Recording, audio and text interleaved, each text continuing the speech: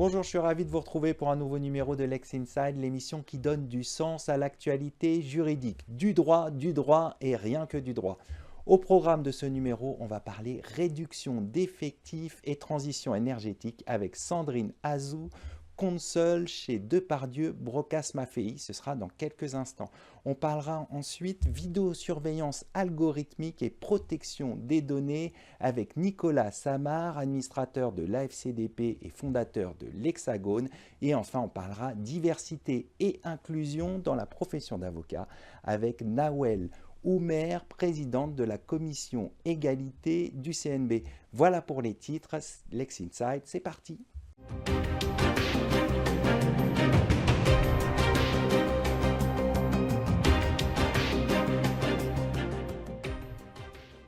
On commence tout de suite ce Lex Inside, on va parler réduction d'effectifs dans le cadre d'un plan de transition énergétique en l'absence de PSE avec mon invitée Sandrine Azou, consul chez Depardieu Brocas Maffei. Sandrine Azou, bonjour. Bonjour Arnaud. On va rentrer tout de suite dans le vif du sujet. Tout d'abord, quelles sont les alternatives à un PSE pour réduire les effectifs dans le cadre d'un plan de transition énergétique ? Alors, le plan de transition énergétique, c'est important de rappeler que c'est une notion qui n'est pas une notion de droit du travail. C'est une notion qui résulte de la directive CSRD de décembre 2022, avec l'obligation aujourd'hui, à partir de 2025 pour les très grandes entreprises, et puis de façon échelonnée dans le temps pour les autres, de présenter ce plan de transition énergétique. Le plan de transition énergétique, c'est vraiment un levier pour les entreprises pour atteindre les ambitions de l'accord de Paris en termes de réduction du réchauffement climatique. Donc ce plan de transition énergétique, ça doit être réellement pas seulement une ambition, mais finalement un ensemble d'actions concertées, planifiées pour atteindre des objectifs climatiques. Et finalement, le Code du travail n'a pas du tout cette notion-là, mais malgré tout, le législateur, dans la loi Climat et Résilience de décembre 2021, a introduit une notion voisine, un peu différente, mais tout à fait finalement analogue, qui permet d'atteindre les mêmes objectifs, c'est la notion de transition climatique. Et dans quel article du Code du travail ça a été introduit? C'est dans l'article qui invite les partenaires sociaux et l'emploi et les entreprises à négocier dans le cadre de la gestion des emplois et des parcours professionnels. GEPP. Donc finalement, le Code du travail s'est emparé de cette notion de transition climatique en invitant les entreprises à en tenir compte dans leur dispositif de GEPP.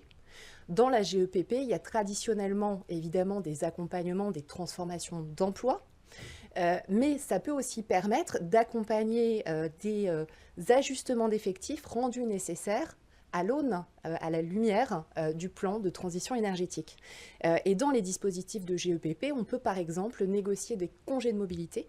Le congé de mobilité, c'est finalement la possibilité d'avoir une rupture du contrat à terme de façon négociée pour accompagner des transformations. Donc ça, c'est le premier outil finalement alternatif à un PSE. Et le PSE, c'est important de le rappeler, c'est un outil qui traditionnellement accompagne et est même impératif en cas de plan de réduction d'effectifs, mais qui aujourd'hui s'avère souvent inadapté en termes de séquencement temporel. Pourquoi? Parce que la transition énergétique, c'est sur le long terme que ça se joue. Et donc, déployer un PSE à un instant T, alors même que la transformation qui résulte du plan de transformation énergétique s'inscrit plutôt sur un horizon à 3, 5, voire plus ans, 3-5 ans, eh bien, ça n'est pas adapté. Donc, on a le congé de mobilité dans le cadre de la GEPP. On peut aussi penser à d'autres dispositifs comme l'accord de rupture conventionnelle collective qui permet de réduire les effectifs, alors sans garantie évidemment d'atteinte de l'objectif cible, mais malgré tout de réduire les effectifs en dehors d'un PSE. Mais là encore, ce n'est pas nécessairement adapté. D'accord, donc on voit qu'il y a plusieurs alternatives au PSE, mais un point qui me semble important, c'est comment justifier des mesures de réduction d'effectifs auprès des représentants du personnel. Alors, auprès des représentants du personnel, la nécessité de réduire les effectifs, déjà, doit être plutôt présentée comme un ajustement plutôt qu'une réduction. C'est-à-dire qu'on va adapter l'effectif, les emplois aux activités de demain. Et finalement, pour convaincre les partenaires sociaux, c'est la solidité du plan de transition énergétique qui va jouer. C'est-à-dire que plus dans le plan de transition énergétique, on va être précis sur les activités de demain, la façon dont on souhaite transformer l'entreprise pour répondre aux enjeux climatiques, plus on pourra expliquer et convaincre les partenaires sociaux que l'employabilité des salariés à terme doit s'inscrire dans ce cadre-là. C'est le premier point. Le second point, c'est évidemment la qualité des informations qu'on va transmettre aux élus lorsqu'on les consulte sur un projet de transformation qui peut impliquer un ajustement d'effectifs, mais qui ne doit pas évidemment être un projet de réduction pure. Il faut que ça s'inscrive dans un projet plus global. Alors, un autre sujet qui est intéressant, c'est que ces salariés qui vont malheureusement quitter leurs emplois, il faut les accompagner. De quelle manière peut-on les accompagner? Quelles sont les mesures d'accompagnement adéquates? Alors, en termes de mesures d'accompagnement, pour le coup, il n'y a pas de révolution. On se sert des outils traditionnels d'accompagnement des PSE. Avec toutefois une souplesse plus grande, puisqu'on s'inscrit dans un cadre négocié, on essaye de trouver un consensus, et donc on va choisir des mesures d'accompagnement qui vont être les plus adaptées à la situation précise de l'entreprise, à son ambition de transformation, à son timing de transformation. Donc des formations, évidemment, pour accompagner le changement, éventuellement des indemnités de départ si les partenaires sociaux souhaitent s'inscrire dedans. Mais ce qui est important aussi de dire, c'est que l'ajustement des effectifs et une ambition d'organisation cible avec une réduction d'effectifs, ça peut aussi être atteint parce qu'on sait que sur horizon 5 ans, il y a des départs naturels. Bien sûr. Il va y avoir des créations d'activités, donc de nouveaux postes créés, et qu'en réalité, il n'y a pas nécessairement de suppression d'emplois à terme, ou en tout cas de postes à terme, ou pas de licenciements contraints. Donc ça, c'est aussi important de le dire. Donc on met des mesures d'accompagnement au changement. On va s'intéresser aux risques pour l'entreprise. Quels sont les risques sociaux, juridiques qu'encourt l'entreprise en faisant des mesures alternatives à des PSE dans le cadre de plans de transition énergétique? Alors, ces risques, ils existent, parce qu'aujourd'hui, on est encore dans l'incertitude. Et quand on présente un plan de transformation avec une organisation cible qui implique une réduction d'effectifs, le premier risque, c'est que les partenaires sociaux, finalement, se disent non.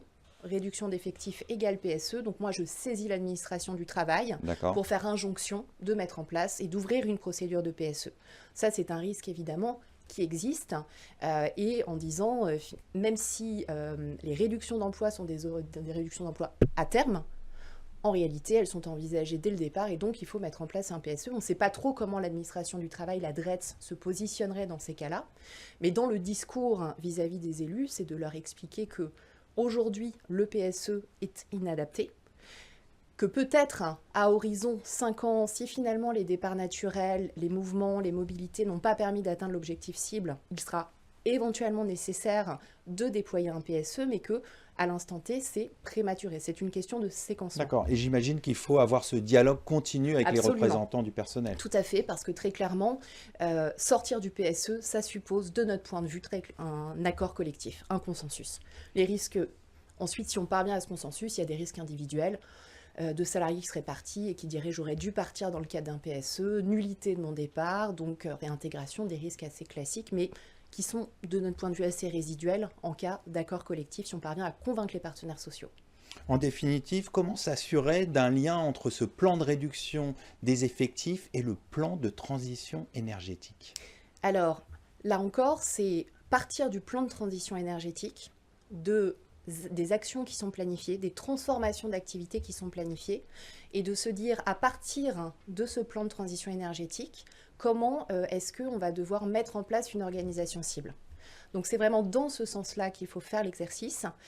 Plus le plan de transition énergétique est précis, plus on a une vision sur l'organisation cible, une meilleure vision sur l'organisation cible, avec évidemment des débats assez classiques, déjà dans le cadre d'un PSE, et évidemment encore plus sensibles pour parvenir à dire mon organisation cible, elle est cohérente, alors même qu'on est à horizon 5 ans. L'exercice n'est pas simple. On va conclure là-dessus. Merci Sandrine Azou. Je rappelle que vous êtes consul au sein du cabinet Depardieu Brocas Maffei. Merci beaucoup Arnaud. Tout de suite, l'émission continue. On va parler vidéosurveillance algorithmique et protection des données.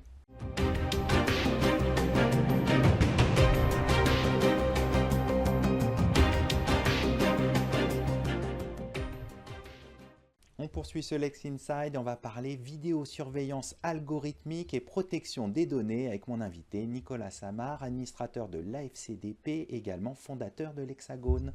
Nicolas Samar, bonjour. Bonjour Arnaud. La vidéoprotection algorithmique est un sujet sensible qui concerne la protection des données mais aussi des questions de vie privée. On va échanger ensemble sur ce sujet.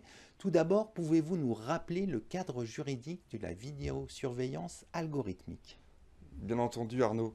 Alors il faut rappeler que s'il s'agit d'expérimentation, de traitements algorithmiques qui sont basés sur des dispositifs de vidéoprotection encadrés par la loi de 2023 sur les Jeux olympiques et paralympiques, ainsi que ses décrets d'application.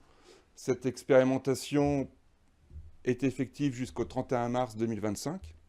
Donc, par rapport à ce calendrier, vous l'aurez compris Arnaud, cette expérimentation va au-delà des Jeux olympiques puisqu'elle concerne toute manifestation sportive, culturelle, récréative qui, de par son ampleur au regard des circonstances et de la fréquentation, présente manifestement un risque élevé d'actes de terrorisme ou de risques graves pour la sécurité des personnes physiques. Alors, évoquons le rôle spécifique de la CNIL dans l'accompagnement de la RATP et la SNCF pour les Jeux Olympiques, donc puisqu'on sait que la RATP et la SNCF ont été au cœur du dispositif. Oui, alors préalablement, rappelez aussi que la CNIL est au cœur de cette expérimentation, puisque tout projet d'expérimentation doit faire l'objet d'un dossier déposé auprès de la CNIL avec la fameuse AIPD, l'analyse d'impact sur la protection des données, et un acte d'engagement de conformité au décret d'application qui met en œuvre cette expérimentation. Alors effectivement, à la FCDP, on a eu le privilège d'être quelque part au cœur du dispositif, puisque les DPO de la RATP et de la SNCF sont membres actifs de notre association. Et dans ce cadre-là, j'ai pu échanger avec eux dans le cadre de l'organisation d'un webinaire avec la CNIL et le ministère de l'Intérieur. Et comment cela s'est passé ? Très simplement, en fait, les DPO, RATP et SNCF ont déposé en même temps, mais de manière séparée, une demande d'accompagnement, puisqu'on oublie que la CNIL n'est pas qu'une autorité de contrôle, c'est également une autorité qui a une mission de conseil et d'accompagnement des responsables de traitement.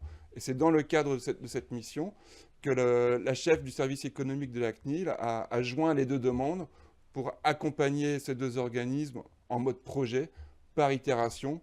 Et le travail s'est focalisé, centré sur l'information des usagers pour permettre une information distincte de la vidéoprotection classique. Concrètement, comment se faisait cette information ?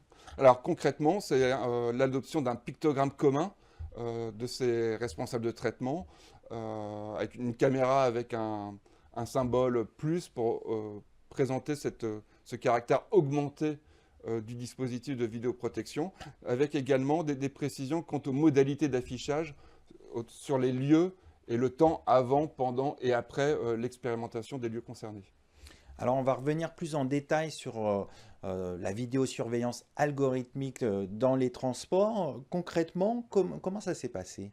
Alors concrètement, la RATP et la SNCF ont sélectionné 4 cas d'usage possibles sur les 8 définis par le décret d'application d'août 2023. D'accord. Qui sont alors il faut retenir les 4, n'est-ce pas ?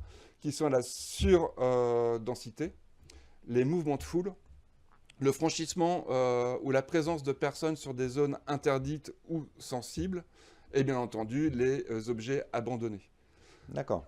Et donc concrètement ou techniquement, il s'agit de mettre une couche logicielle sur des dispositifs existants de vidéoprotection.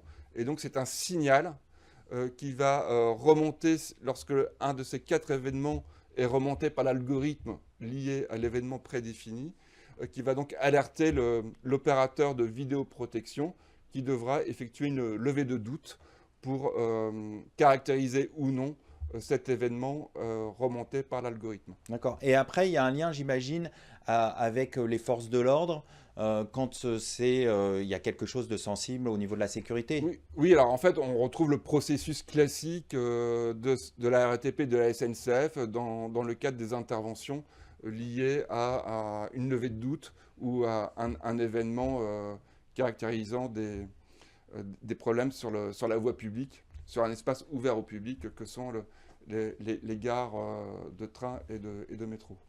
Alors, si on se passe au niveau des gens qui sont surveillés, est-ce qu'il y a des particularités quant à l'exercice de leurs droits? Alors effectivement, puisque lorsqu'on va exercer son fameux droit RGPD, eh bien ici on a affaire à deux traitements distincts. On a un traitement qui est lié à l'algorithme, qui va déposer un signal sur un événement prédéfini, et on a le traitement classique de la vidéoprotection. Alors premier cas de figure, le signal correspond bien à un événement avec des images de la vidéoprotection, et dans ce cas-là, les DPO de la SNCF et de la RATP vont répondre de manière complète aux demandeurs en couplant les deux traitements, alors qu'initialement, on avait une demande que sur le traitement algorithmique. En revanche, lorsque il n'y a pas de signal ou que le signal n'est pas couplé à une image de vidéoprotection, eh bien, le DPO va faire une réponse en invitant le demandeur à réitérer une demande sur le dispositif de vidéoprotection, qui, je vous rappelle, nécessite, dans ce cas-là, d'anonymiser les tiers qui ne sont pas concernés par la demande par rapport à la protection des données à caractère personnel et de manière plus large de la vie privée. En définitive, quel bilan peut-on retenir de cette expérimentation? Même si vous l'avez rappelé, elle va durer jusqu'au 31 mars prochain. Alors c'est compliqué de vous répondre. Alors, le premier bilan, c'est que nous, à la FCDP, on a fait un webinaire justement de sensibilisation en juin dernier avec les DPO de la RATP, de la SNCF, mais également du ministère de l'Intérieur et la juriste de la CNIL, qui est chef du service économique, qui a accompagné nos adhérents sur ce dispositif. Dans le même temps, on sait que la CNIL a contrôlé ces acteurs, et donc on est en attente des résultats des contrôles de la CNIL, mais également de l'avis du comité consultatif. Alors, c'est pas l'avis du comité consultatif, c'est le comité d'évaluation de l'expérimentation, qui est composé de députés, sénateurs et de personnes qualifiées sur 3 sujets différents qui sont la protection des données, la technologie et les libertés fondamentales. On aurait dû avoir cet avis le 31 décembre de l'année dernière. Apparemment, on devrait l'avoir courant janvier. Donc c'est au regard de cet avis, au regard des contrôles de la CNIL, qu'on pourra faire une véritable première évaluation quant à la réalité ou non de l'efficacité de ce dispositif, et puis également l'impact réel et l'impact perçu sur les libertés fondamentales. Oui, parce qu'il y avait quand même, je le rappelle, beaucoup d'associations qui avaient réagi, qui craignaient pour la protection des droits fondamentaux. Exactement.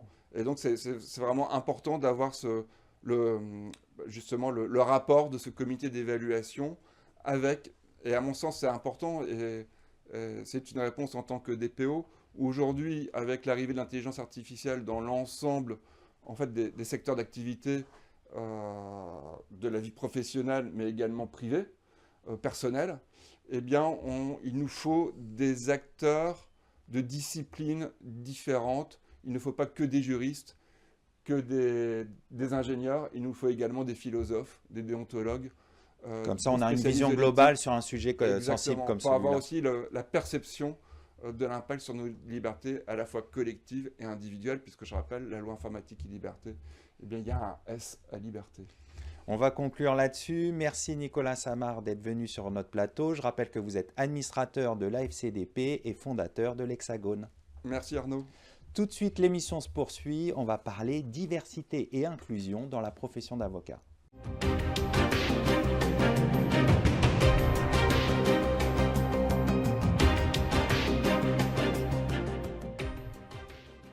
On va parler diversité et inclusion dans la profession d'avocat avec mon invité Nawel Oumer, présidente de la commission égalité du CNB.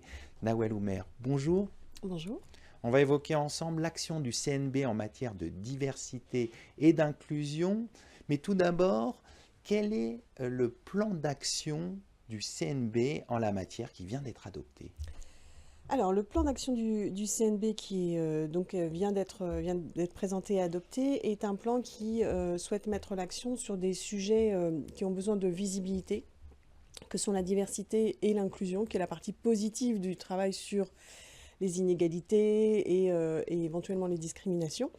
Et donc là, nous allons travailler cette année précisément à étudier, observer et réfléchir à quels sont les profils des avocats qui nous rejoignent de la profession, comment ils arrivent, quel est leur parcours universitaire, leur parcours scolaire, leur parcours professionnel, pour savoir voilà, ce qui les retient, en tout cas ce qui les amène à la profession et pourquoi ils en partent, parce qu'on a aussi des départs et principalement des femmes qui sont majoritaires à quitter la profession plutôt que les hommes, par exemple. Donc le principal objectif, c'est faire un diagnostic, c'est ça? C'est un diagnostic, c'est à la fois on a un diagnostic à faire pour un certain nombre de sujets et à la fois des actions à mener et à poursuivre, puisque ce sont des sujets qui ont déjà été travaillés les années précédentes. Des actions sont en cours. Nous avons par exemple en matière de handicap, nous avions présenté un plan dont un certain nombre de mesures ont été mises en place les années précédentes, mais qu'il faut poursuivre pour que vraiment cette culture de la diversité, de l'inclusion, de l'accessibilité infuse tant au niveau individuel, des pratiques individuelles des avocats, comment on reçoit un client, comment on lui signifie, on lui notifie que voilà, on est tout à fait accessible, et aussi au niveau collectif, que ce soit aussi à disposition des ordres. L'idée, c'est de créer des boîtes à outils et des espaces de discussion et de réflexion. D'accord. On vient de voir l'objectif un peu de ce plan ensemble. Quelles sont les principales mesures? Alors, dans les mesures, nous avons dans nos boîtes à outils, nous avons pour habitude de fabriquer des guides et de produire des guides à usage des cabinets d'avocats et des avocats individuellement. Donc là, nous allons par exemple produire un guide du recours aux défenseurs des droits sur le travail contre les discriminations, pour la lutte contre les discriminations notamment. Nous allons remettre à jour un guide qui avait été produit, qui est plutôt une charte de la responsabilité sociale. Nous allons ajouter peut-être une dimension environnementale des cabinets d'avocats qui avait été faite en 2017, que nous allons actualiser. Donc nous allons aussi créer une semaine de l'égalité et de l'inclusion au printemps 2025, qui sera la première du genre. Avec plein d'actions, j'imagine, pendant cette semaine. Avec des conférences, effectivement, des échanges, des projections de films et des rencontres aussi à la fois pluridisciplinaires interprofessionnelles et des rencontres avec les avocats, les ordres, pour justement qu'on essaye de trouver des modalités concrètes et expliquer les dispositifs dont on a besoin et qu'on souhaite mettre en œuvre. Alors on va peut-être revenir sur les actions qui ont déjà été entreprises par le CNB en matière de diversité et d'inclusion. Pouvez-vous revenir sur les principales actions qui ont été menées? Alors, on a des actions qui relèvent plutôt de l'observation et des constats. Alors, pas que, on a aussi des outils qui ont été mis en place. Il y a des études qui ont été lancées et qui sont pilotées par l'Observatoire du Conseil national des barreaux, en matière d'égalité hommes-femmes de façon assez régulière. Nous allons lancer aussi une étude aussi sur les discriminations liées aux origines supposées ou réelles, à l'appartenance d'une religion, à une implantation géographique, qui est un sujet qui a été défriché en partie, notamment par une étude des défenseurs des droits, qui a donné lieu aussi à un plan d'action contre les discriminations en 2019.